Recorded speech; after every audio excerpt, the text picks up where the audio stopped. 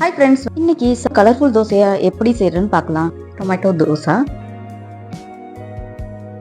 தக்காளி எடுத்துக்கங்க, நல்லா அழுத்த சிகப்பாக உள்ள பழத்தை எடுத்துக்கோங்க. அதுதான் நல்லா கலர் கொடுக்கும். மிக்ஸி ஜாரில் ஆட் பண்ணுங்க. நல்லா தண்ணி சேர்க்காம நல்லா நைஸாக அரைச்சி எடுத்துக்கோங்க. 1 கப் தோசை மாவு எடுத்துக்கோங்க. அதில் அரைச்சி வச்ச தக்காளியை சேர்த்துக்குங்க. நல்லா மிக்ஸ் பண்ணுங்க. ஒரு 3-5 டேபிள் ஸ்பூன் ஆட் பண்ணிக்கோங்க. நல்லா கலக்குங்க. உங்களுக்கு எவ்வளோ தேவையோ அதுக்கேற்றாப்புல பார்த்து அட்ஜஸ்ட் பண்ணுங்க. ஏன்னா ரொம்பவும் ஆட் பண்ணாதீங்க, தோசை ஒட்டிக்கிறோம்.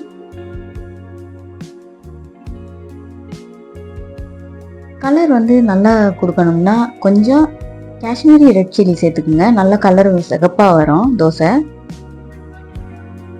குழந்தைகளை இம்ப்ரெஸ் பண்ணுறதுனா இந்த மாதிரி கலர்ஃபுல்லாக செய்யுங்க. கண்டிப்பாக குழந்தைங்க ஆசைப்பட்டு சாப்பிடுவாங்க. காரம் எவ்வளோ தேவையோ அதுக்கேற்றாப்புல அட்ஜஸ்ட் பண்ணிக்கோங்க. ஆனால் ஒரு 1/4 ஸ்பூன் கண்டிப்பாக ஆட் பண்ணுங்க.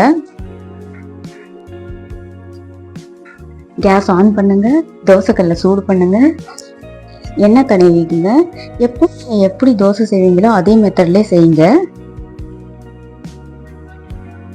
தோசை மாவு ஊற்றுங்க. நல்லா மெல்லிசாக செய்யுங்க. அப்போ தான் நல்லா மொறுமொறுன்னு நல்லா கிறிஸ்பியாக வரும். ரொம்ப ரொம்ப ஈஸியான ஒரு ரெசிபி. எண்ணெய் நெய் எது இருக்கோ அதை சேர்த்துக்குங்க. கொஞ்சம் நிறையா சேர்த்திங்கன்னா நல்லா மொறுமொறுன்னு வரும், கோல்டன் கலரில் வரும். மூடி போட்டு மூடுங்க. கொஞ்சம் நேரம் வேகட்டும். தோசை எப்படி நீங்கள் வீட்டில் எந்த விதத்தில் செய்வீங்களோ அதே மாதிரில செய்யுங்க. பாருங்க, செக் பண்ணுங்க கிறிஸ்பி ஆயிடுச்சான்னு. நல்லா முறுமுறுன்னு வந்துருச்சு.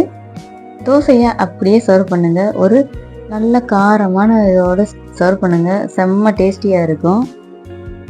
இந்த ரெசிபி செய்கிறதுக்கான இன்க்ரீடியன்ட்ஸ் எண்ட் ஆஃப் த வீடியோவில் கொடுத்துருக்கேன், செக் பண்ணிக்கோங்க. தமிழ்லையும் இங்கிலீஷ்லையும் கொடுத்துருக்கேன். இந்த ரெசிபி பிடிச்சிருந்தா கண்டிப்பாக லைக் பண்ணுங்கள், ஷேர் பண்ணுங்கள், கமெண்ட் பண்ணுங்கள். உங்களுடைய ஃபேவரட் ரெசிபியும் எனக்கு கமெண்ட் பண்ணுங்கள். அடுத்து என்ன தோசைன்னு பார்க்கலாமா? அதுதான் கொத்தமல்லி இலை தோசை.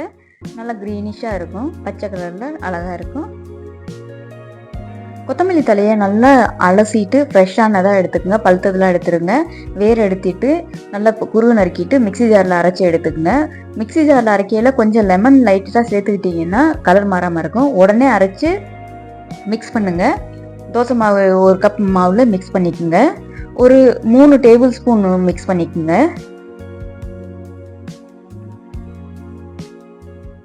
ரொம்ப ஹெல்தியான தோசை. கேஸ் ஆன் பண்ணுங்க. தோசைக்கல்ல வைங்க. எண்ணெய் தடவிக்குங்க. மாவு தோசை எப்படி செய்வீங்களோ அதே போல் எப்பவும் செய்கிற மாதிரில செய்யுங்க. நல்லா மெல்லிசாக ஊற்றுங்க. அப்போ தான் நல்லா மொறுமொறுன்னு வரும். எண்ணெய் சேர்த்துக்குங்க. எண்ணெய் நெய் எது இருக்கோ அதை சேர்த்துக்குங்க. மூடி போட்டு மூடுங்க. மூடி எடுத்துருங்க. பாருங்க, தோசையை அப்படியே எடுங்க.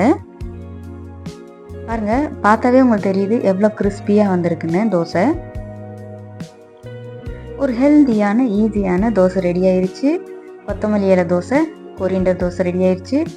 காரமான ஒரு சட்னியோட சர்வ் பண்ணுங்கள். சூப்பராக இருக்கும். தேங்காய் சட்னியாக இருக்கட்டும், எந்த சட்னி வேணாலும் சாம்பார் வச்சு சர்வ் பண்ணுங்கள்.